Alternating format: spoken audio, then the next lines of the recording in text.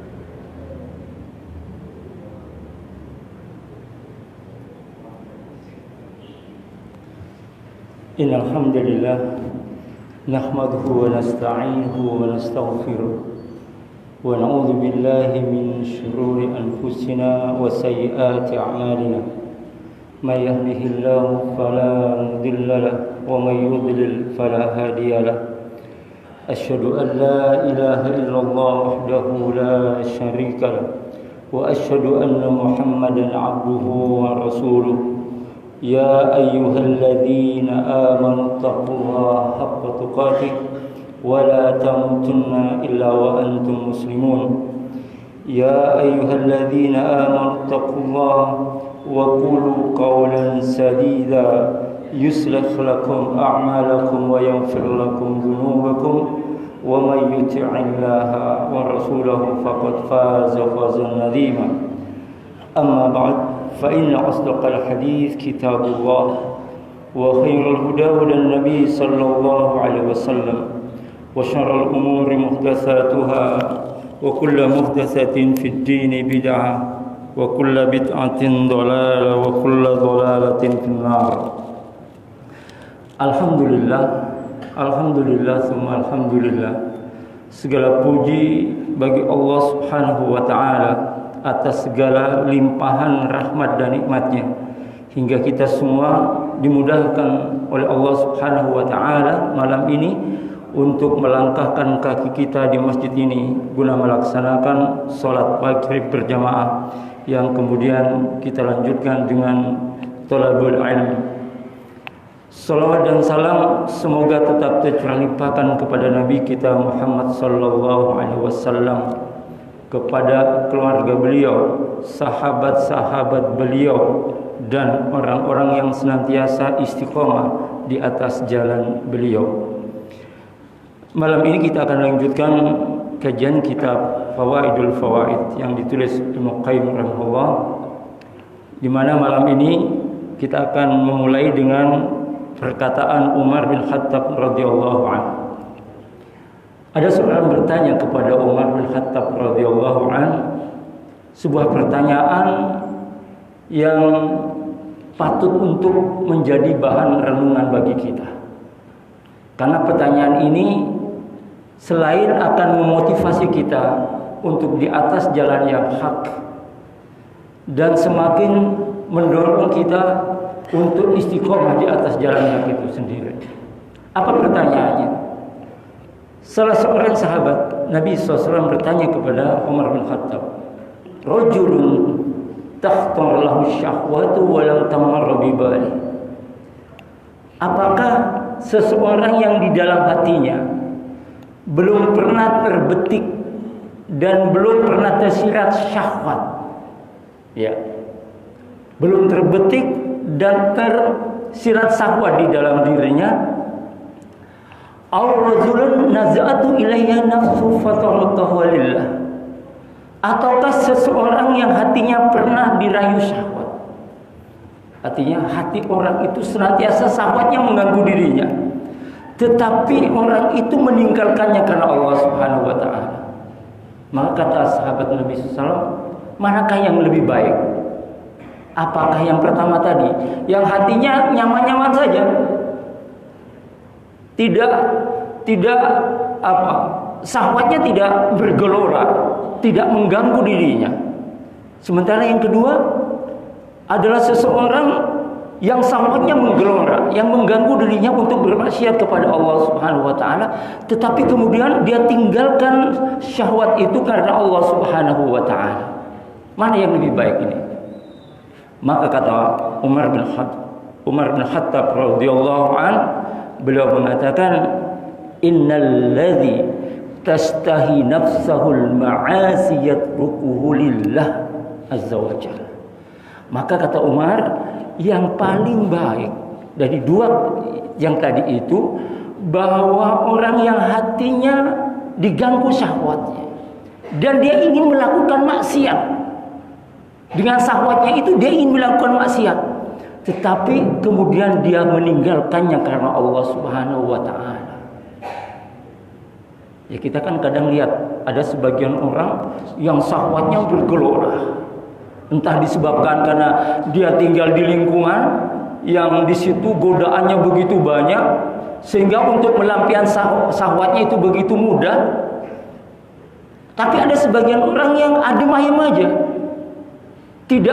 syahwatnya tidak terlalu mengganggu dirinya, artinya nyaman saja. Dia berada di lingkungan yang mungkin sangat mendukung, anggap lingkungan Islami, teman-temannya baik dan lain sebagainya, sehingga syahwatnya enggak begitu bergelora.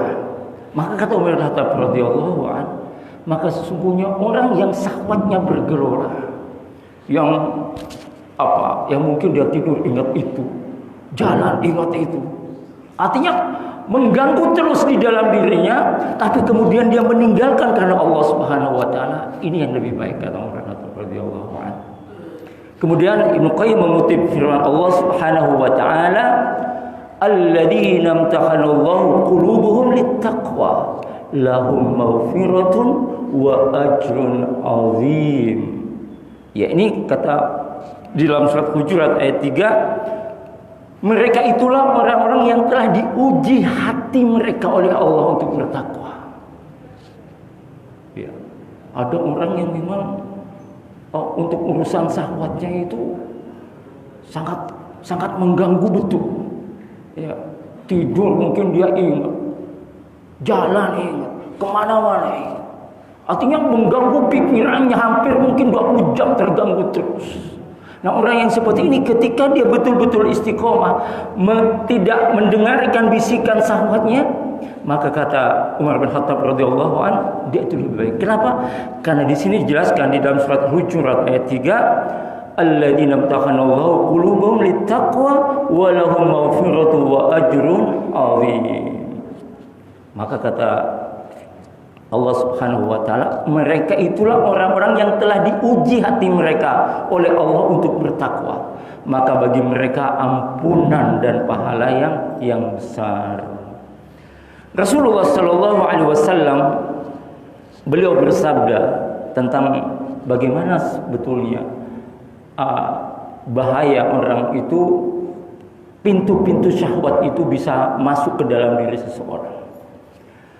Beliau bersabda, "Ukfulu li bisitin akful lakum bil jannah." Berilah jaminan padaku 6 perkara, aku akan jamin bagi kalian surga. Idza haddatsa ahadukum fala yakdzib. Jika salah seorang di antara kalian berkata, maka janganlah berdusta. Wa idza tu'mina fala yakhun. Dan jika diberi amanah, janganlah berkhianat. Wa idza wa'ada fala yukhlif. Dan jika dia berjanji, jangan menyelisihinya. Ghaddul absarakum. Dan tundukkanlah pandangan kalian. Wa kufu aydiakum. Cegahlah tangan kalian dari menyakiti orang lain. Wahfadhu furujakum. Dan jagalah kemaluan kalian. Di sini yang kita ingin kaji dari sini adalah tentang ghaddul absarakum, menahan pandangan kalian, menjaga kemaluan kalian. Maka kata Ibnu Qayyim, orang yang mampu menjaga pandangan matanya itu memiliki manfaat yang sangat luar biasa. Mampu menahan pandangannya, karena disinilah racun-racun syahwat itu masuk. Apa kata beliau? Orang yang mampu menjaga pandangannya, maka yang pertama kata beliau, orang itu akan mudah menjalankan perintah Allah Subhanahu wa Ta'ala. Dengan kata lain, orang yang begitu mudah melampiaskan pandangannya akan kesulitan melaksanakan perintah Allah Subhanahu wa Ta'ala.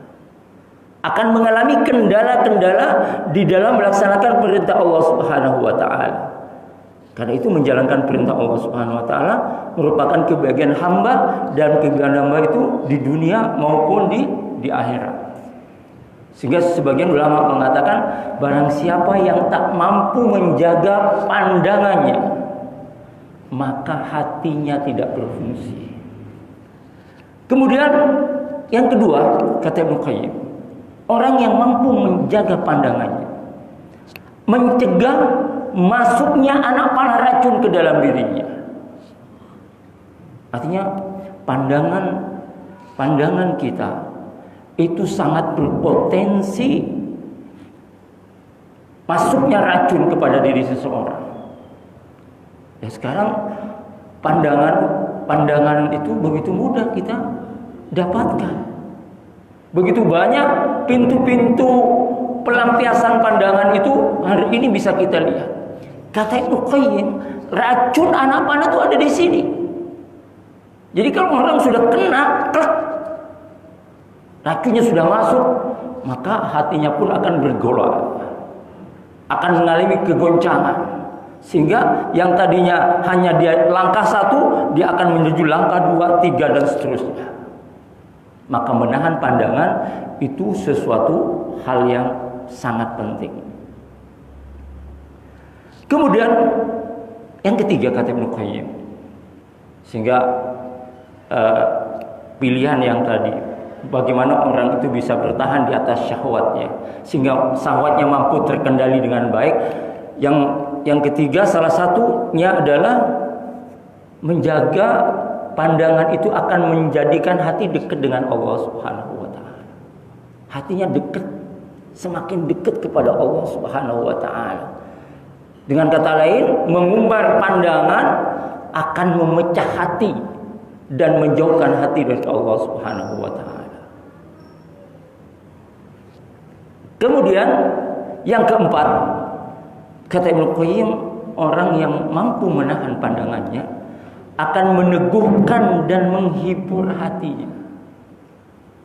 Hatinya senantiasa terhibur, nyaman di saat dia sendiri, di saat dia mungkin ada masalah ekonomi, di saat dia ada punya masalah itu akan terhibur. Kenapa? Karena orang yang mampu menahan pandangannya senantiasa dekat dengan Allah Subhanahu wa Ta'ala. Nah, berbeda dengan orang yang sudah dilampiaskan semua pandangannya. Kemudian yang kelima, orang yang mampu menahan pandangannya akan melahirkan cahaya di dalam hati. Ya. Hatinya akan bercahaya.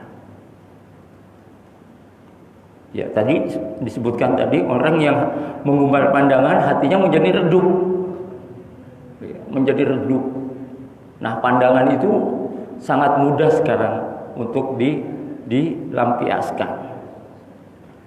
Kemudian yang keenam, kata Ibnu Qayyim, orang yang menahan pandangan itu melahirkan firasat yang benar. Bisa membedakan antara yang benar dengan yang batil. Karena cahaya hatinya itu yang bisa melakukan itu. Firasatnya kuat. Kemudian yang kedelapan, mencegah masuknya setan ke dalam hati. Karena setan masuk dan menembus ke dalam jiwa bersamaan dengan pandangan, kata Ibnu Qayyim.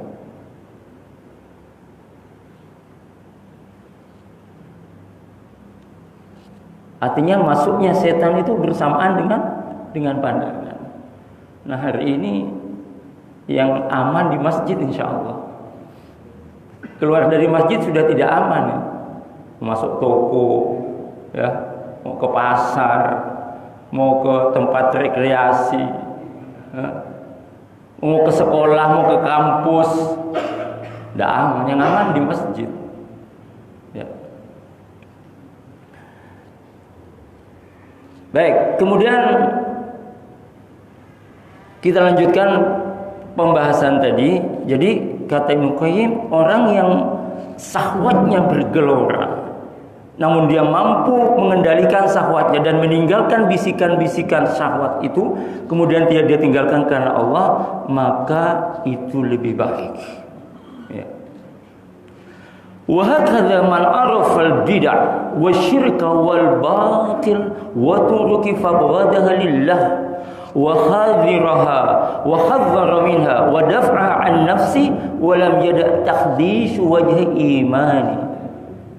Demikian juga dengan orang yang mengetahui tentang perkara-perkara bid'ah, syirik, kebatilan, wa turuqahu, dan jalan-jalan yang mengantarkan kepada semua itu, fa'abghadaha lillah, dan dia membencinya karena Allah Subhanahu wa taala, wa hadhiraha, dan dia mewaspadainya, wa hadzara minha, dan dia mengingatkan orang-orang untuk waspada darinya, wa daf'a an nafsi, dan dia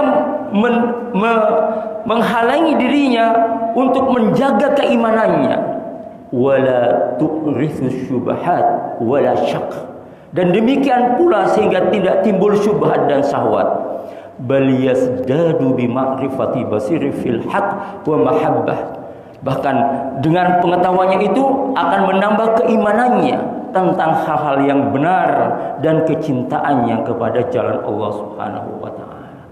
Ini orang yang lebih baik. Jadi orang yang pemahamannya tentang bid'ah, tentang kesyirikan, tentang kebatilan, dan jalan-jalan yang menuju menghantarnya kepada kebid'ahan, kesyirikan dan kebatilan itu, kemudian dia membencinya dan berhati-hati terhadap hal ini, maka kata beliau ini adalah lebih baik. Wa qaratan faratan anha afdalu mimman lam yahtur bi bali wa tamur bi qalbi. Orang seperti ini lebih baik daripada orang yang di dalam dirinya orang tidak mengenal hal ini, yang tidak muncul di dalam hatinya. Artinya dengan bahasa sederhana, orang yang tinggal di lingkungan bid'ah dengan problema kehidupan di situ, ya, artinya dia dihadapkan dengan persoalan bid'ah di tengah masyarakat. Mungkin seminggu dia dapat 5 undangan, undangan A, undangan B, undangan C. Nanti datang lagi undangan ini. Orang yang seperti ini, ketika dia paham, dia tidak sederhana menghadapi ini. Pilihannya, dia harus siap di atas sunnah, atau kalau tidak, pilihan yang kedua, dia harus siap menerima sanksi dari masyarakat. Ya bisa diboikot. Kita diundang, undangan fulan ini undangan, tidak datang. Ini awas ya, bakalan begini. Kalau ada perlu, kalau ada ini, bakalan seperti itu. Akan seperti ini, sehingga yang tidak tahan dengan kondisi seperti ini, yang tidak paham bahwa ini jalan-jalan yang tidak benar, ya sudahlah, menghargai, maka masuklah dia ke hal-hal yang sebetulnya tidak diperkenankan di dalam Islam. Ini kenyataan di masyarakat, ya, kenyataan. Jadi artinya memegang sunnah itu punya konsekuensi. Ya, konsekuensi dimusuhi, dicaci, ya, mungkin diasingkan dan lain sebagainya. Tetapi yakinlah kalau kita istiqomah di jalan Allah, maka semua bisikan-bisikan itu, ungkapan masyarakat, kamu kalau tidak begini bakalan begitu, bang begini lah. Selama kita istiqomah di jalan Allah, itu hanya bisikan, hanya ocehan, Hanya ungkapan-ungkapan untuk nakut-nakuti kita. Sungguh kalau kita istiqomah di jalan Allah, itu hanya berjalan sebentar saja. Berjalan sebentar saja. Ini ada suatu kisah. Ada satu kisah seorang ustaz. Dia bercerita. Dia hidup di suatu kampung yang tradisinya kuat. Sangat kuat sekali. Satu ketika ada hajatan besar. Ustadz ini terkenal istiqomah dengan sunnah. Di kampungnya udah terkenal. Jadi dia kalau nggak sunnah dia tidak datang. Undangan apapun tidak datang. Tapi kali ini undangannya beda. Bedanya di mana? Yang nganter undangan langsung keluarga sang tokoh. Tidak main-main. Yang nganter undangan bukan pembantunya, langsung pihak sang tokoh. Bahasa kasarnya, kalau tidak datang ini, awas. Kalau tidak datang, tokoh langsung. Apa yang terjadi kemudian? Kata sang ustaz, kalau saya datang, maka apa yang saya lakukan beberapa bulan tahun yang lalu menjadi sesuatu yang tidak lagi dipahami sebagai satu sunnah lagi oleh masyarakat. Maka tetap tidak datang. Ribut sak kampung. Berani nolak undangannya tokoh. Ribut. Enggak disapa, enggak diginikan. Terus jalan. Tiap ke masjid, lewat depan rumahnya tokoh, bilang salam, assalamualaikum. Tidak disautin terus seperti itu. Apa yang terjadi? Tidak lama dari itu, semuanya cair kembali. Apa yang bisa akhlak? Artinya kita punya prinsip. Jangan sampai hidup di satu apa yang kita pahami dengan sunnah. Di sini kan dijelaskan, waqadza man arafal bidah. Orang yang mengenal tentang masalah bidah. Bukan hanya mengenal, tapi bagi dia mengamalkan di tengah masyarakat. Di saat ada sesuatu yang tidak sesuai dengan syariat, dia berani menolaknya. Maka kata Ibnu Qayyim, ini orang lebih baik daripada orang yang tidak mengalami hal kondisi seperti ini. Ya. Ada hal yang seringkali ini yang ada perlu pelajaran buat kita semua terkait hidup di tengah masyarakat. Kita kenal sunnah. Ya.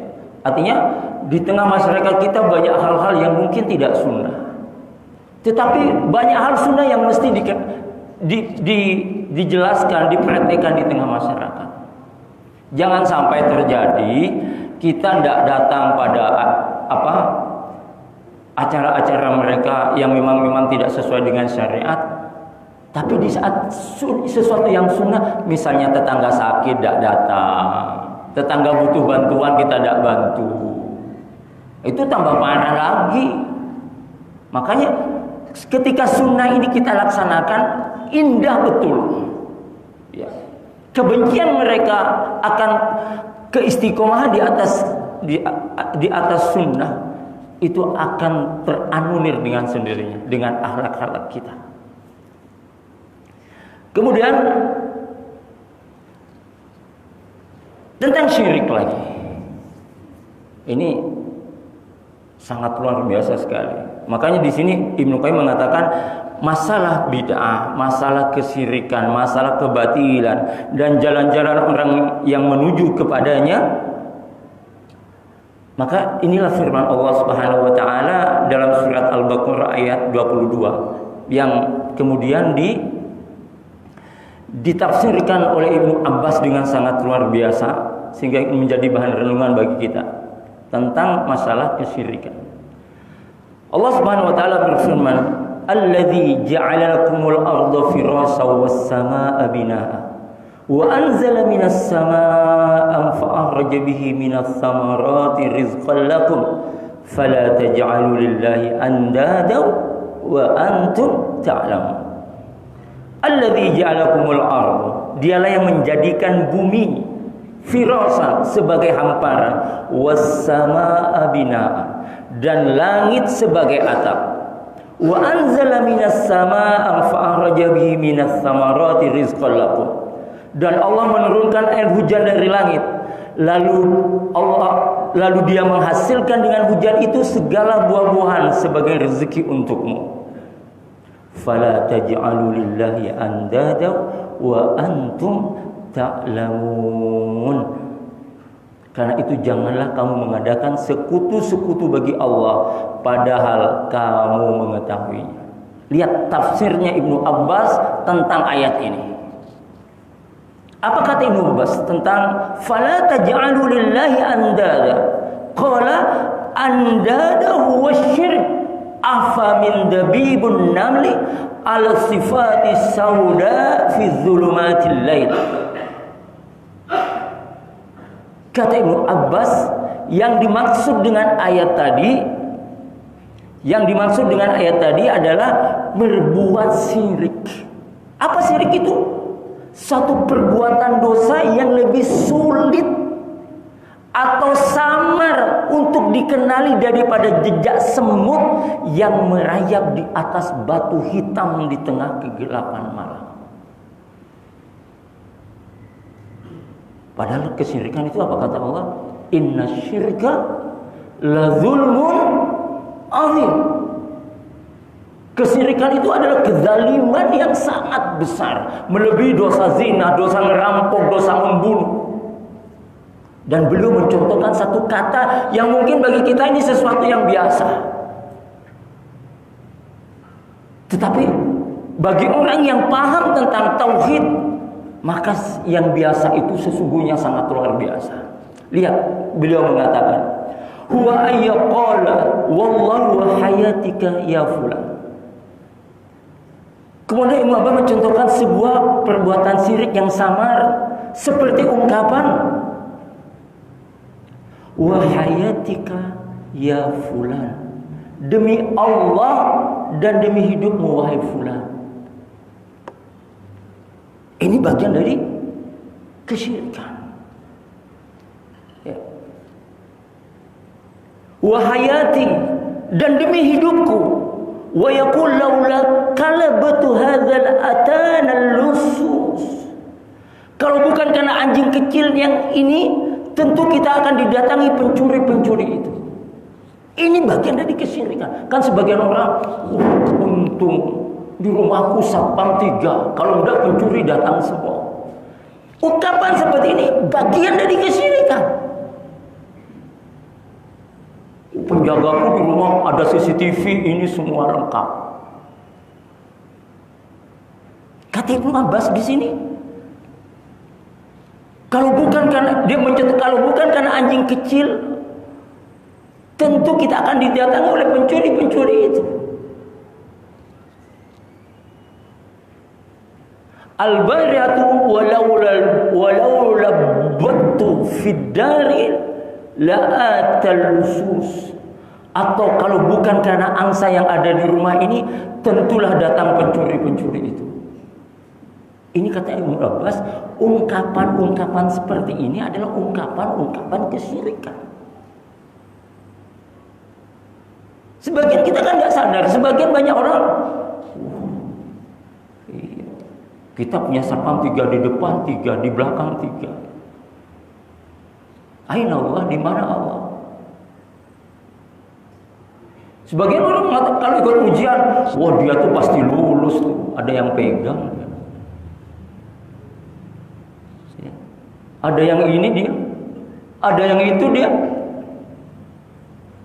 Lihat, seperti semut yang ada di atas batu hitam.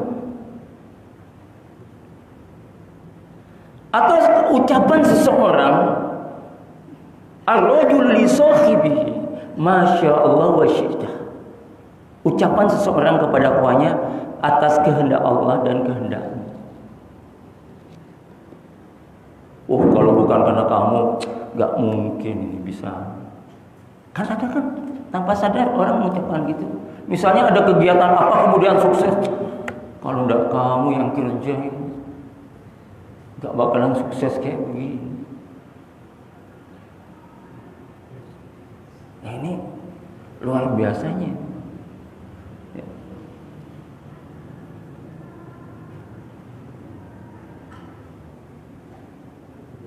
Wa qaulu rajulu laulallah wa fulan. Atau ucapan seseorang kalau bukan karena Allah dan karena fulan.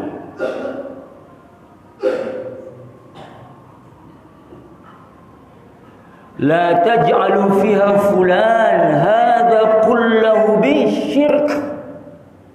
Janganlah engkau menjadikan si fulan sebagai sekutu bagi Allah dalam ucapan-ucapan serupa kullu bisyirk.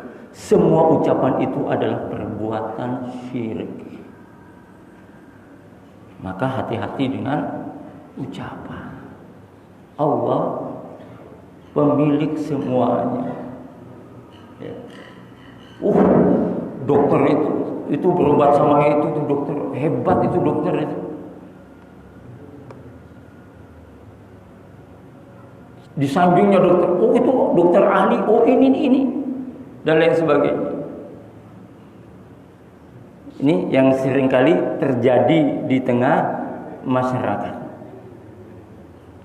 Maka yang harus kita pahami di sini adalah bahwa jalan-jalan menuju kebid'ahan, kesyirikan itu hendaklah kita belajar untuk mengetahuinya. Karena kalau kita mengetahuinya, kata beliau, orang yang seperti ini afdalu mimman la takhtar bi bali wa la tamur bi qalbi fa innahu kullama marad bi qalbi tasawwarat izdada mahabba lil haqqi wa ma'rifati bi qadri. Kenapa? Karena orang yang mengenal ini kemudian dia beristiqomah, saat ini muncul di dalam hatinya, maka yang muncul, kata Ibnu Qayyim, semakin menambah kecintaannya kepada kebenaran. Jadi orang yang mengenal jalan-jalan kesyirikan, kebatilan, bid'ah dan lain sebagainya, kemudian dia istiqomah di jalan Allah, saat satu saat muncul atau dia melihat hal-hal yang berbau itu semua, maka akan hadir rasa cinta kepada kebenaran. Ya. Izdada mahabbati lil haqq wa ma'rifati bil qadri wa surri fayaqul iman. Akan semakin kecintanya kepada kebenaran itu menjadi semakin kuat ketika dia mengenal jalan-jalan ini.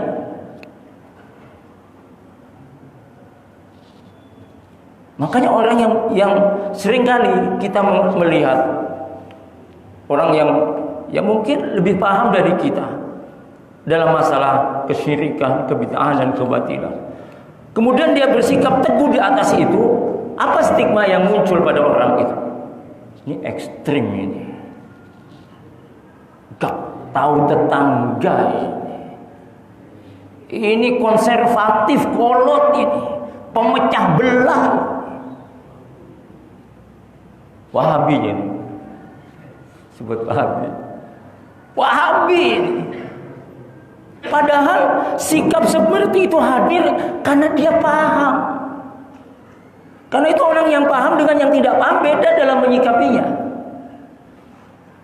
Orang yang mengenal jalan-jalan kebatilan, jalan kesyirikan, yang dia paham betul, cara menyikapinya beda dengan orang yang tidak paham. Orang yang tidak paham senantiasa apa? Bertoleransi. Enggak apa-apa.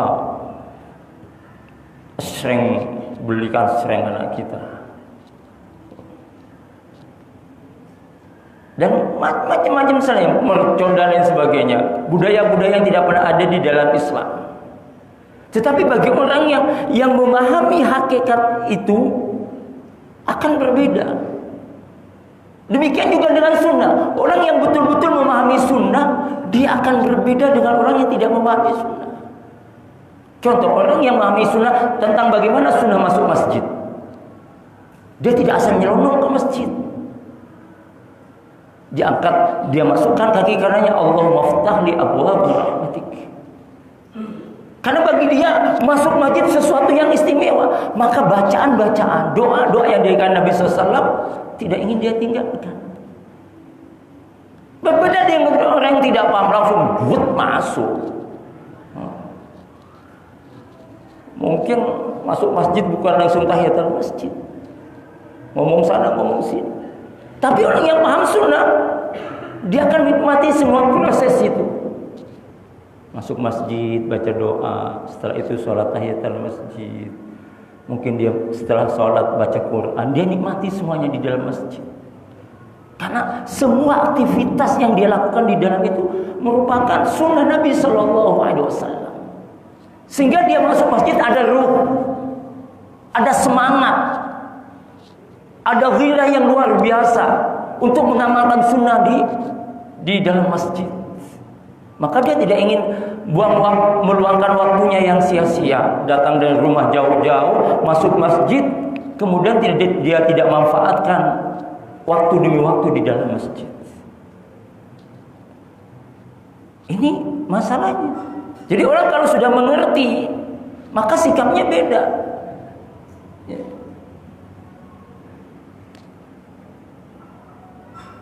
Udah.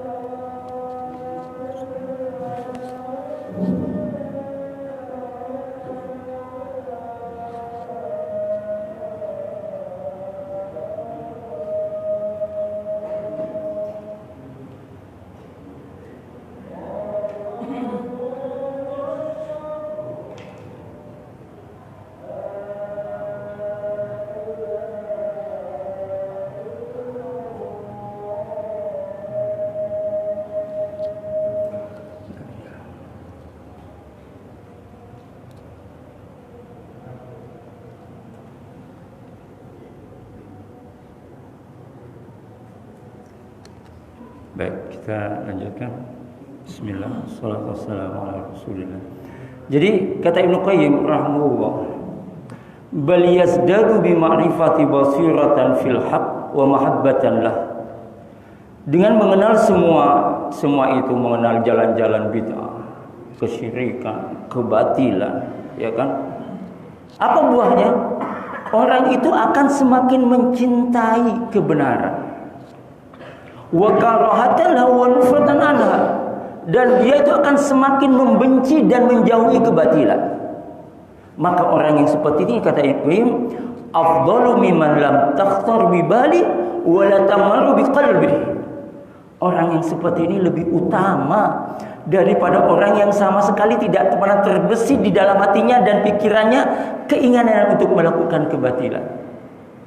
Jadi orang seperti ini dihadapkan kepada banyak kebatilan di pikirannya, di hatinya, mungkin di lingkungannya, dia mendapatkan banyak itu semua. Tapi yang muncul di dalam dirinya adalah dia semakin cinta kepada kebenaran. Dan orang seperti ini lebih utama daripada orang yang ya hidupnya nyantai-nyantai saja gitu. Tidak pernah terbesit dia, baik dalam pikirannya untuk melakukan kebatilan.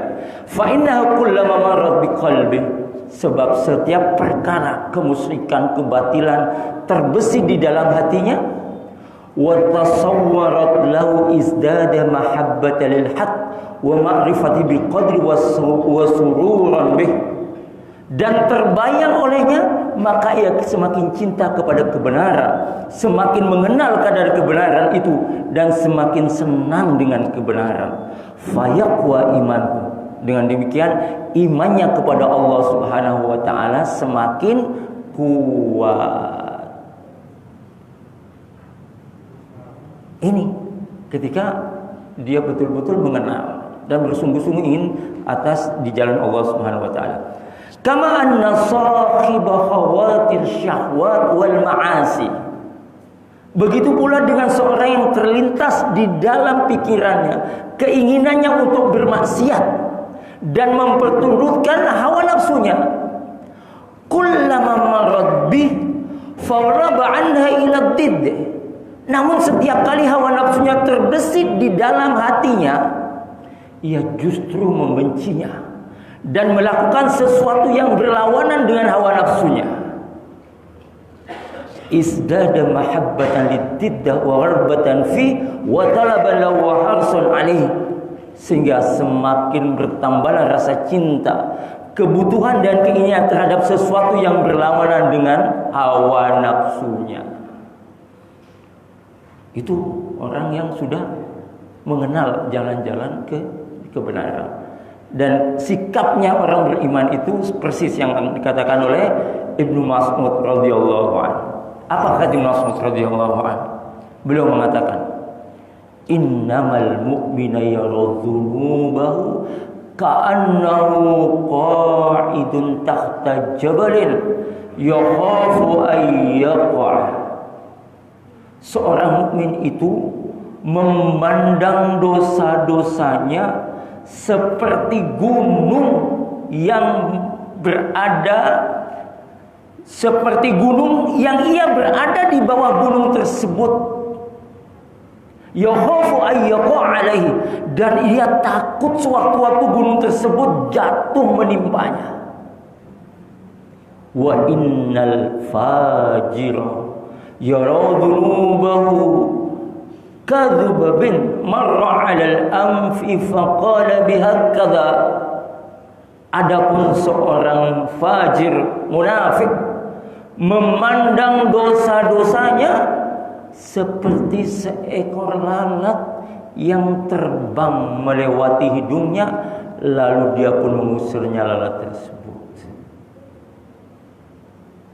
Jadi beda persepsi, beda sikap antara orang yang paham dengan yang tidak paham. Ya. Antara orang yang sungguh-sungguh dan lain-lain, antara orang yang istiqomah dengan orang munafik, beda dalam menyikapi ketentuan Allah Subhanahu wa taala, beda dalam menyikapi perintah dan larangan Allah Subhanahu wa taala. Dan perumpamaan yang disampaikan Ibnu Mas'ud ini bisa kita lihat hari ini. Ya. Bagaimana agama itu dianggap sebagai musuh. Hari ini kita mendengar agama itu musuh. Musuh bagi perdamaian. Bahkan dibenturkan agama itu musuh bagi Pancasila.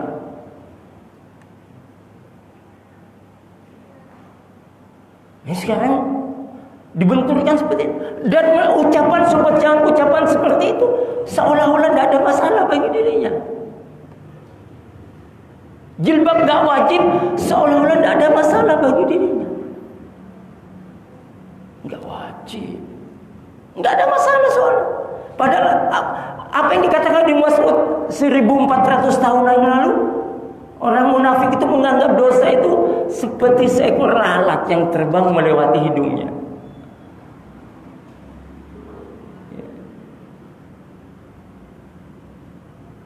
Gimana? Nyantai aja dia. Ngomong-ngomong yang kalau seandainya para sahabat hidup dengan omongan seperti ini, mungkin didatangin. Ya. Bukan cuma didatangi,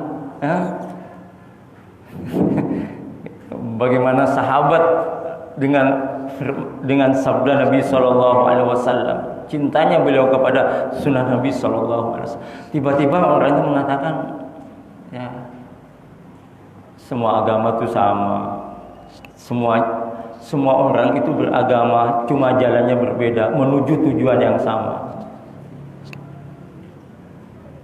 Bahkan seperti itu model. Maka kata Ibnu Mas'ud radhiyallahu an, orang yang seperti ini, orang-orang munafik itu menganggap remeh semua dosa-dosa. Fama ibtallahu subhanahu wa abduhul mu'mina bimahabbati syahwat wal ma'asi wa maili nafsi ilaiha. Allah subhanahu wa ta'ala memuji hambanya yang mukmin dengan keinginan untuk memperturutkan syahwat dan kecenderungan melakukan kemaksiatan. Ini kata Ibnu Qayyim, Allah memuji hambanya yang mukmin, bahwa semua orang mukmin itu punya di dalam dirinya punya keinginan untuk memperturutkan syahwatnya, punya kecenderungan untuk melakukan kemaksiatan. Illa liyasuqahu biha illa mahabbati ma huwa afdal minha wa khairun lah wa anfa'un wa adum. Tujuannya apa? Allah memuji orang beriman untuk memperturutkan syahwatnya dan kecenderungannya melakukan kemaksiatan. Maka tujuannya kata ini tidak lain adalah kecuali untuk mengantarkan orang tersebut ke sesuatu yang lebih utama, lebih baik, ya, lebih bermanfaat dan lebih abadi baginya. Liyujahida nafsahu ala tarkiha subhanahu. Sementara tujuan lainnya agar ia berjuang dan berupaya meninggalkan keburukan tersebut karena Allah Subhanahu wa taala. Maka kata beliau, musuh yang paling berat itu siapa? Musuh yang paling berat itu, jihad yang paling utama kata Ibnu Qayyim itu siapa? Mengalahkan dirinya sendiri. Ya. Karena di sini kata beliau, Allah memuji orang beriman untuk memperturutkan syahwatnya, untuk dia melakukan kemaksiatan. Tujuannya apa? Supaya mengantarkan hamba itu kepada derajat yang lebih mulia, dan supaya hamba itu berjuang di jalan Allah Subhanahu wa taala. Fatwarithu tilka mujahidu usula ila mahbubil a'la. Hingga perjuangan orang itu mengantarnya kepada al-mahbubul a'la, kekasih yang tertinggi, menuju Allah Subhanahu wa taala. Fakullama naz'athu nafsu ila tilka syahwat wa istaddat iradatuhu laha wa syauqa ilaiha. Setiap kali hawa nafsunya memaksa orang beriman untuk melakukan keinginan-keinginan syahwatnya, seiring dengan kuatnya dorongan syahwat, sarafa dzalika syauq wal iradata wal mahabbata ila an-nawil 'alid daim. Maka hamba tersebut segera mengarahkan kerinduannya, keinginannya dan kecintaannya kepada sesuatu yang lebih tinggi dan lebih abadi. Seringkali kan tanpa sadar muncul keinginan untuk begini, keinginan begini. Maka orang beriman, kata Ibnu Qayyim, dia muncul pada dirinya akan kerinduan, keinginan dan kecintaan kepada sesuatu yang lebih tinggi dan lebih abadi. Fakana talabuhu lahu ashadda wa harasuhu alaihi atam. Tuntutannya kepada yang lebih baik itu semakin kuat, tekadnya meraihnya pun semakin kuat. Bilih khilafin nafsil baridatil khaliyati min dzalik, berbeda dengan jiwa yang beku dan tidak memiliki semua motivasi itu. Fa innaha wa in kanat talabatan lil a'la, meskipun jiwanya juga mencari sesuatu yang lebih tinggi, lakin bainat talabaini fil qul azim, namun pencariannya sangat berbeda dibandingkan dengan orang yang mengekang hawa nafsunya dan memiliki tekad yang bulat. Artinya peperangan di dalam diri kita masing-masing itu berlangsung. Ya, masing-masing kita ini berperang. Ya, pikiran yang muncul syahwat, keinginan untuk begini. Karena kata Ibnu Qayyim, itu sudah Allah tentukan bahwa Allah sengaja membuatkan seperti itu untuk mengantarkan orang tersebut ke tempat yang lebih tinggi, lebih utama. Maka modalnya adalah tidak ada kita bisa mengalahkan diri kita sendiri kecuali meminta tolong kepada Allah Subhanahu wa taala. Tanpa pertolongan Allah nggak mungkin kita bisa di atas keistiqomahan. Nggak mungkin kita di atas jalan yang hak. Maka meminta tolong kepada Allah itu adalah satu keharusan. Maka semakin seseorang itu dekat kepada Allah, maka pertolongan Allah itu akan semakin dekat pula. Semakin jauh dia kepada Allah Subhanahu wa taala, maka semakin jauh pertolongan Allah kepada dirinya. Maka kata Ibnu Qayyim, barang siapa yang menyerahkan urusan hidupnya kepada Allah, maka Allah akan urus orang itu. Allah yang akan mengurus urusan orang itu. Barang siapa yang merasa mampu mengurus dirinya, maka Allah biarkan orang itu mengurus dirinya. Kalau sudah Allah lepas tangan, tidak mengurus hamba itu, ya semuanya akan terjadi kacau dan balau. Mungkin ini saja yang bisa sampaikan. Subhanakallah bihamdika, asyhadu an la ilaha illa anta, astaghfiruka wa atubu ilaik. Assalamualaikum warahmatullahi wabarakatuh.